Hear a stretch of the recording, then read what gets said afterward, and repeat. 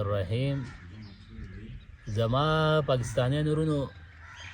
په دې پی ډي ایم ته چې دا حکومت ملاو شوی دی نو یو کال خو تقریبا وشو نو اوس خبره را روانه رو رو رو رو قانون ته راورسېده اوسه پورې خو د زور د مارچونو او د جلسو خبره اوس خبره قانون ته راورسېده نو تقریبا دا 2 میاشتې کېږي چې موږ په دې میډیا باندې او سوشل میډیا باندې ګورو دا څه چې روان دي دوه اړوله د قانون چې چا جوړ کړی اړوله څوک یې مني نه په دې اندازه باندې